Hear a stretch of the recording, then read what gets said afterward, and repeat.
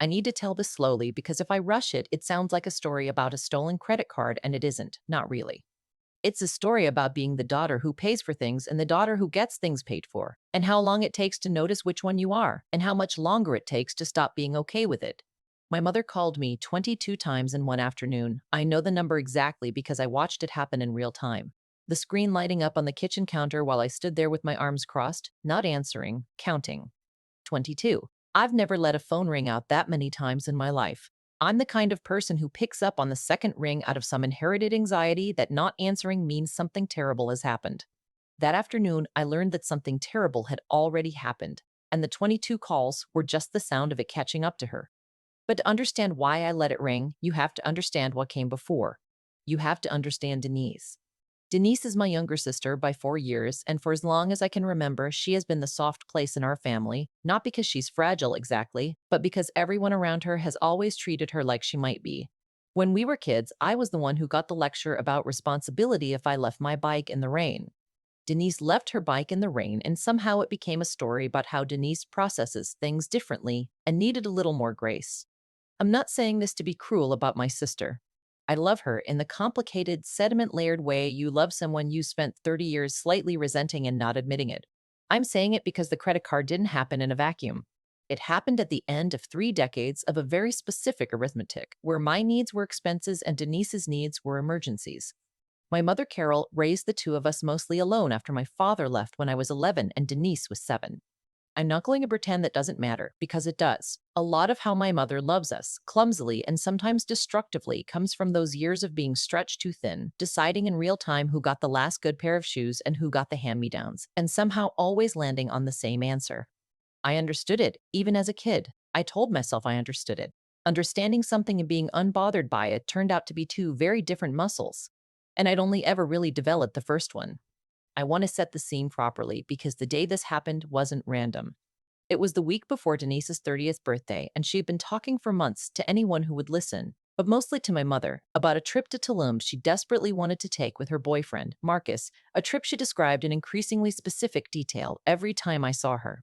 The exact resort, the exact swim-up bar, the exact Instagram famous cenote she wanted photos in front of.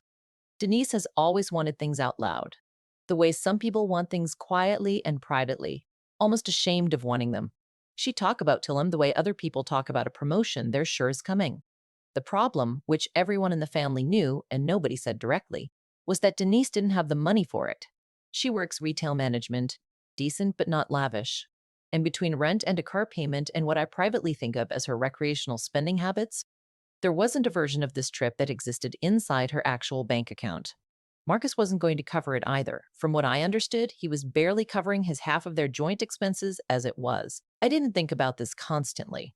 I want to be honest about that, because in hindsight, people wanted me to say I'd had some premonition, some gut feeling that something was coming. I didn't.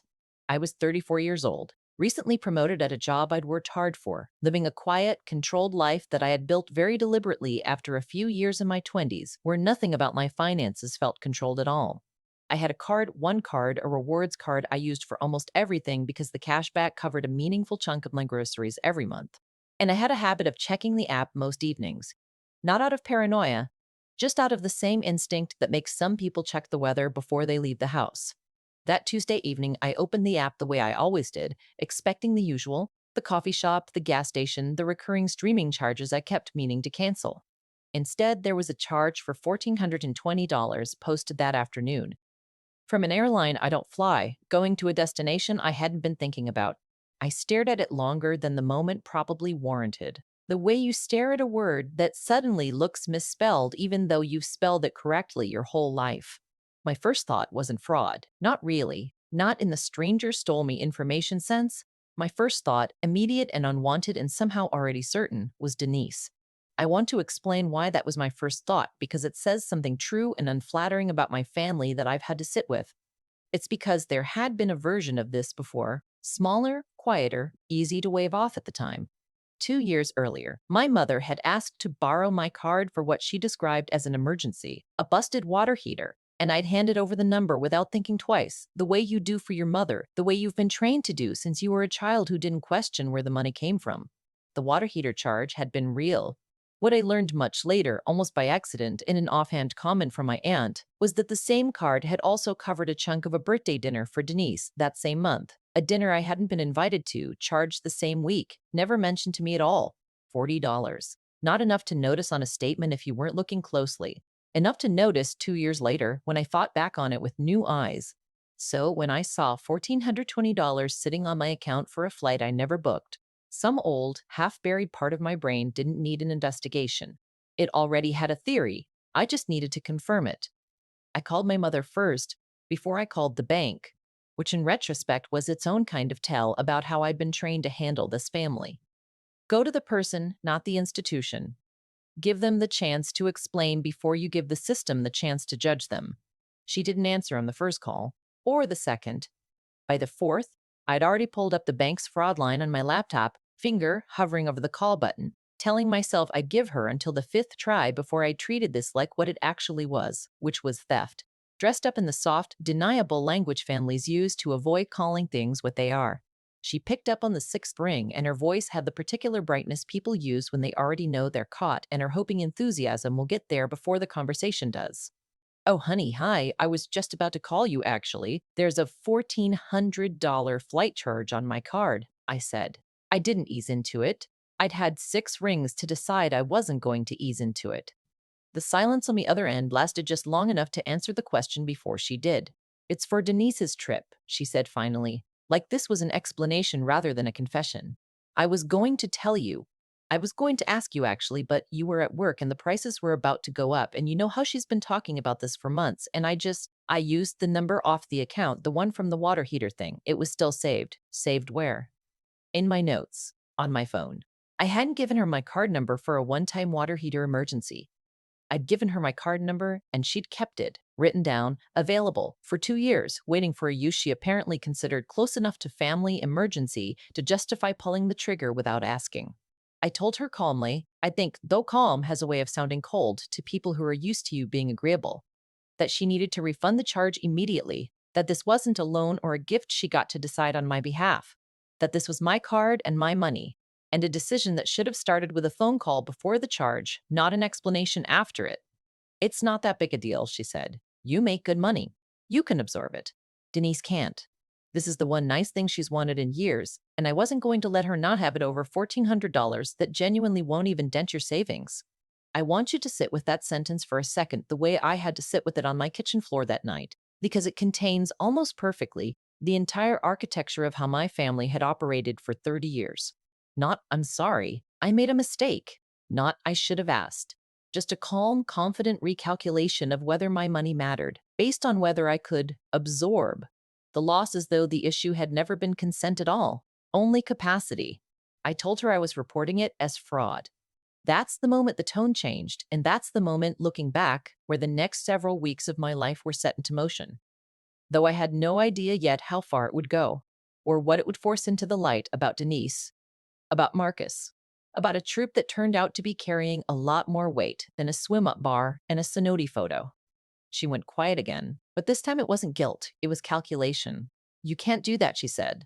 If you report it as fraud, it's going to flag the charge and they might cancel the flights, and Denise's birthday is in 6 days, and Sarah, please, please don't do this to your sister. I told her this wasn't about Denise. I told her I hadn't decided anything about Denise yet, because I genuinely hadn't. My mother was the one who'd used the card.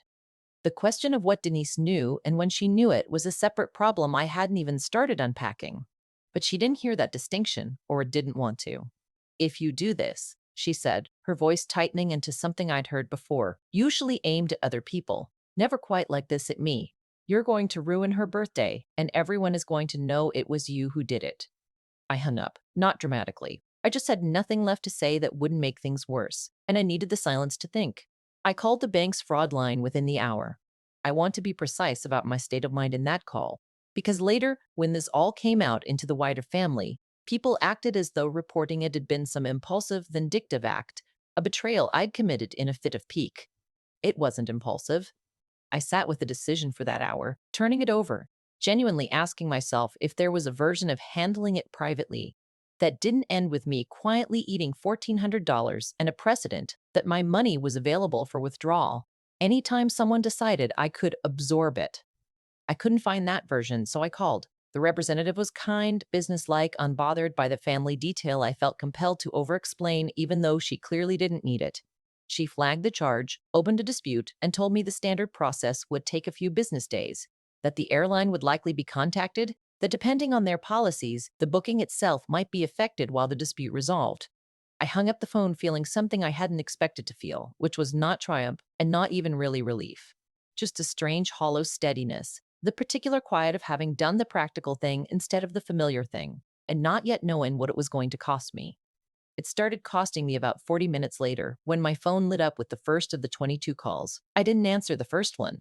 I told myself it was because I was still gathering my thoughts, but really it was something simpler than that. I didn't trust my own voice yet, didn't trust that I wouldn't soften the moment I heard her crying, and some new unfamiliar part of me had decided that softening wasn't on the table tonight.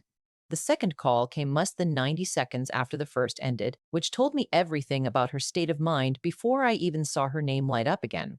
People who are calling to apologize usually give you room to breathe. People who are calling to manage you do not. By the fifth call, I'd put the phone face down on the counter. By the ninth, I'd moved it to another room entirely, as if distance might do something the silence on my end clearly wasn't accomplishing. I made tea. I didn't drink. I sat at my kitchen table and stared at the wall and thought with a kind of detached curiosity that surprised me about how strange it was that I could feel this calm while a woman who raised me was apparently unraveling in real time 40 miles away, and that the calm wasn't coldness, it was just what was left after 30 years of always picking up. Somewhere around the 14th call, the text started, arriving in a cluster the way anxious texts do, each one undercutting the one before it. Please call me back. This is so unnecessary, you're being dramatic. Denise is sobbing. Are you happy? I will pay you back every cent if you just call the bank and undo this. You have always done this. You always have to make everything about you. I read that last one 3 times, sitting there at my table, tea gone cold. 20 some years of family shorthand compressed into 8 words. You always have to make everything about you, aimed at the one moment in my entire adult life where I had, in fact, made something about me. On purpose, for what felt like the first time. The 22nd call came at 9:47 that night, almost 5 hours after the first one. I know because I'd started watching the clock by then, not out of cruelty, but because counting had become the only thing keeping the rising panic in my own chest at a manageable level. I picked up that one. I'm still not entirely sure why that particular call broke the pattern when the other 21 hadn't. Maybe it was just arithmetic. 22 felt like a number large enough that not answering at all would become its own kind of statement. One I wasn't sure I wanted to make. Sarah. My mother's voice was wrecked, thinned out by hours of crying, the brightness from earlier completely gone. Please, please tell me you called them back. Please tell me you fixed it. I didn't fix anything, I said. I reported what happened. That's not the same as breaking something. The airline called Denise. They told her the booking is on hold pending a dispute review. She thinks the whole trip might be canceled. She's been crying for 3 hours, Sarah. 3 hours. Do you understand what you've done?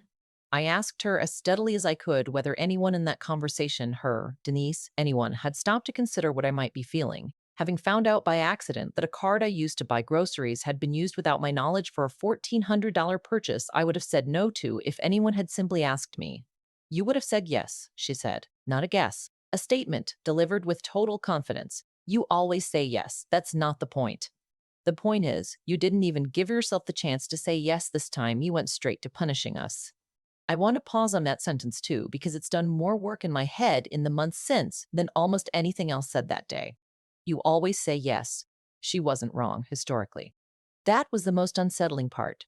She was describing, accurately, a pattern I'd participated in for 3 decades and using the accuracy of that pattern as the reason I had no right to interrupt it now. The fact that I had always said yes wasn't evidence that this time should have been different. It was being used as evidence that this time should have stayed the same.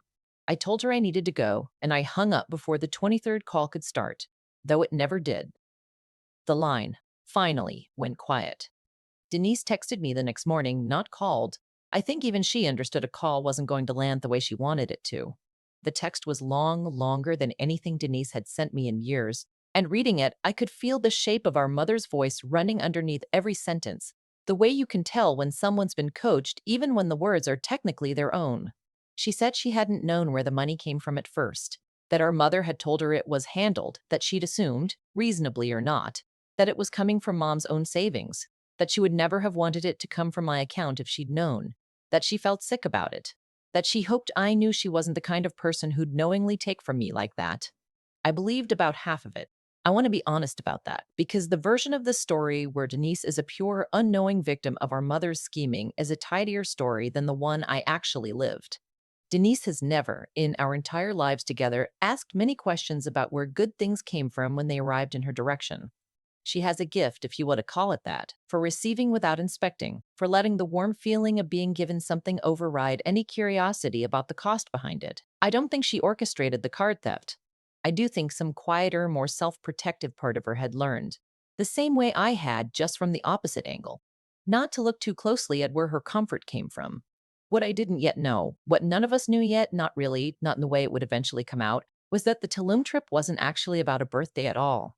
That detail is still 5 weeks away from surfacing, and when it did, it would reframe almost everything that had happened that week, including, uncomfortably, some of my own certainty about who the real victim in this story was supposed to be.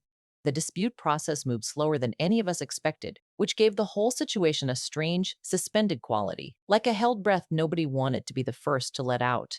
The bank's investigation needed documentation from the airline needed time to respond to the bank, and somewhere in that bureaucratic middle distance, the trip itself sat frozen. Not officially canceled, not officially confirmed, just hovering, the way Denise's birthday came and went without anyone quite knowing what to say to her about it. I didn't go to her birthday dinner. I want to be honest that this wasn't some grand statement of principle.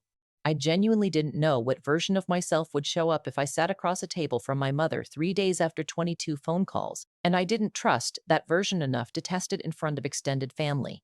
I sent Denise a card and a gift that had nothing to do with travel, something small and specific that I'd actually thought about, because some old habit in me still wanted her to know the distance wasn't about her, even though it obviously partially was. My mother didn't speak to me for the better part of 2 weeks after that, not in the dramatic, announced way some families go silent. There was no declaration, no, I'm done talking to you. It was quieter than that, a kind of administrative absence, where she simply stopped including me in the small daily threads of communication that had always been the texture of our relationship. No good morning texts, no forwarded recipes, no update on the neighbor's new fence. I noticed the absence the way you notice a sound you didn't know you'd been hearing until it stops. It was my Aunt Roberta, my mother's older sister, who finally told me what was actually going on with Denise. Not maliciously, I don't think, but because Roberta has never quite absorbed the family's instinct for selective silence the way the rest of us have.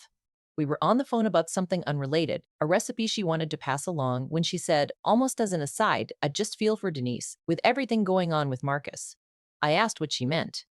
There was a pause on her end, the specific pause of someone realizing mid-sentence that they've stepped into information they assumed was already shared. You didn't know, she said. Sarah, honey, Marcus has been talking about moving back to Chicago for a job since the spring. Denise has been trying to get him to commit to her instead, to staying, to actually building something here. The trip wasn't really about a birthday. Denise told your mother she thought if she could give him this one perfect trip, get him somewhere beautiful and relaxed, away from all the stress of the job stuff, she could get him to actually propose, or at least promise he'd stay. She's been planning it around his decision deadline. Your mother's known for months. I think that's part of why she got so frantic when the booking got flagged. She felt like the whole timeline was about to collapse, and it felt like everything, not just a vacation. I sat with that for a long moment after we hung up, turning it over the way you turn over a stone to find something living underneath you weren't expecting. It didn't excuse what had happened. I want to be clear about that, because in the version of this story some people in my family eventually tried to tell, this detail became the thing that was supposed to retroactively justify everything, as if learning that Denise's relationship hung in some perceived balance should have made me feel that my consent, my money, my card were lower priorities than I'd thought. That's not where I landed. If anything, it clarified something uglier underneath the original decision. My mother hadn't just decided I could absorb $1,400. She'd decided my sister's relationship status was worth more than my right to be asked. But it did change something in how I understood Denise's panic, and even some of my mother's. This wasn't, in their internal experience, a frivolous beach trip. It was, however, unrealistically framed as a last chance at something they each believed mattered enormously: Denise's entire imagined future with Marcus, The same anxious architecture that had probably driven 100 smaller decisions before it, just never one I'd been close enough to see clearly. I called Denise that evening, the first time we'd spoken since the text exchange weeks earlier. I asked her directly if what Roberta had told me was true. She didn't deny it. There was a long silence first, and a small, tired voice that sounded younger than 30. I know how it sounds, she said. I know it sounds insane to plan a relationship around a vacation. But Marcus has one foot out the door, Sarah. He has for months. I thought if I could just get him somewhere that felt like our future instead of our stress, somewhere he could imagine staying instead of leaving. She stopped herself. It doesn't matter now anyway. It's basically dead either way. I asked her why she hadn't told me any of this from the start instead of letting the story stay at the surface level of a birthday gift gone wrong. Because you would have told me it was a bad plan, she said. And you would have been right, and I didn't want to hear that I was being ridiculous on top of everything else.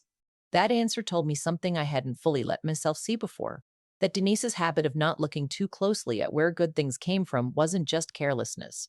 Sometimes it was self-protection of a different kind, a refusal to examine her own plans closely enough to notice they might not hold up. Because examining them honestly would have meant admitting how shaky the ground actually was beneath a relationship she was trying very hard to believe in. The dispute resolved about 10 days after that conversation. The bank ruled in my favor, unsurprising, since the facts weren't actually in dispute. My mother had admitted to making the charge without authorization the moment I confronted her. The $1,420 was returned to my account in full. The airline booking, caught in the limbo of the investigation for nearly 3 weeks by then, had been automatically canceled per their own policy once the original payment method was flagged and reversed. There was no version of this where the trip simply continued unaffected once I'd made the call I made. I knew that going in. I'd made my peace with it before I ever dialed the fraud line. Marcus moved to Chicago 6 weeks later. I don't know. And I've stopped speculating whether a trip to Tulum would have changed that outcome even if it had happened exactly as planned, untouched by any of this. Denise seems to believe it might have. I think believing that is easier in its own way than sitting with the possibility that the relationship was always going to end regardless of geography, and that the trip was never really a lever on Marcus's decision at all. Just a story Denise needed to tell herself about having some control over an outcome she couldn't actually control, over an outcome she couldn't actually control. The wider family found out, of course, the way these things always find their way into every kitchen eventually, regardless of who intended to keep them contained. My cousin Lacey heard a partial version from her mother, Roberta, who I think felt some quiet guilt about having been the one to let the Marcus detail slip, and tried to compensate by also mentioning the original theft, as if context might soften something that, told plainly, didn't really have a soft version. By the time it reached my uncle's side of the family, the story had reshaped itself into something almost unrecognizable. In one telling, I had my own mother arrested, which never happened and was never close to happening. In another, I had let my sister's relationship fall apart over money I didn't even need, which flattened 30 years of context into a single ungenerous sentence designed to make me the villain of someone else's anecdote.